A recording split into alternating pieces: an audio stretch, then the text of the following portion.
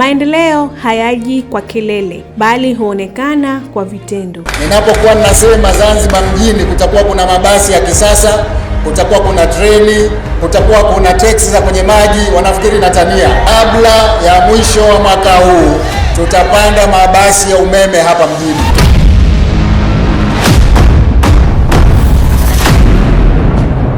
Zanzibar imeandika historia mpya katika sekta ya usafiri kufuatia kuanza rasmi kwa maandalizi ya matumizi ya mabasi ya umeme. Hatua inayolenga kuimarisha huduma za usafiri pamoja na kulinda mazingira. Katika hatua hiyo muhimu, jumla ya mabasi 11 ya umeme yamepelekwa kwa ajili ya kupasishwa kwa silver, taratibu za usajili na uhakiki wa ubora, ikiwa ni sehemu ya maandalizi ya kuanza kutoa huduma kwa wananchi wa Zanzibar. Mabasi hayo yanatarajiwa kuleta mapinduzi makubwa katika usafiri wa umma kwa kuwa ni rafiki kwa mazingira, hayatoi moshi na yanasaidia kupunguza gharama za uendeshaji ikilinganishwa na mabasi ya mafuta. Hatua hii pia inaendana na juhudi za serikali za kupunguza uchafuzi wa hewa na kukubaliana na mabadiliko ya tabia nchi. Aidha, kuanzishwa kwa mabasi ya umeme kutasaidia kuongeza ufanisi wa usafiri mijini, kupunguza msongamano wa magari na kutoa huduma bora kwa wananchi,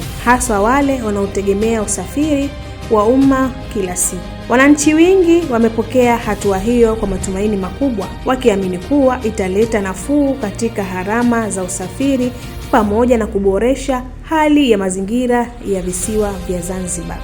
Kwa sasa hatua ya kupasishwa kwa silver inaendelea, ambapo mabasi hayo yatakapokamilisha taratibu zote zinazohitajika yataanza rasmi kutoa huduma kwa umma na hivyo kufungua ukurasa mpya wa usafiri wa kisasa hapa Zanzibar. Huyu hapa mmoja wa wakufunzi wa mabasi hayo ya umeme, ndugu Haji Yusuf Haji, amesema wamepeleka mabasi kadhaa kwa silver na baadhi ya mabasi yameanza kukagua barabara Chukwani Buyu na kukagua vituo kwa ruti ya Chukwani kwa mabasi 7 na kuangalia ukaguzi wa barabara na usalama wa barabara. Vituo vyote viko salama kuanzia Kijangwani, Malindi, tukenda zetu Mnazi Mmoja hadi na kuelekea kituo cha Chukwani hadi Buyu.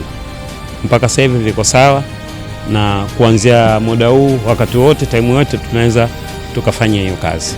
Tutaenda Buyu na pia tulikuwa tunahesabu ya kufunguliwa kutoka hapa kwenda Kiembe Samaki, yani airport, baada ya airport na Buyu. Kwa hiyo tunategemea tutakuwa tuna ruti 2 kwa awamu ya kwanza. Kwa upande wa vituo ni kama ifuatavyo. Kituo kinaanza Kijangwani, Kisonge kushusha na kupakia, Tobo la Pili kushusha na kupakia, Arrahma, Mnara wa Mbao, Ngazimia, Wizarani, Msikitini, Matrekta, Afya, branchi ya Chukwani na Shakani, Mzambarauni. Na hizi ni ripoti za ASAM Online TV. Jina langu ni Hawa Jafar Khamis, lakini nyuma ya kamera ni Jabir Zwan Kasim.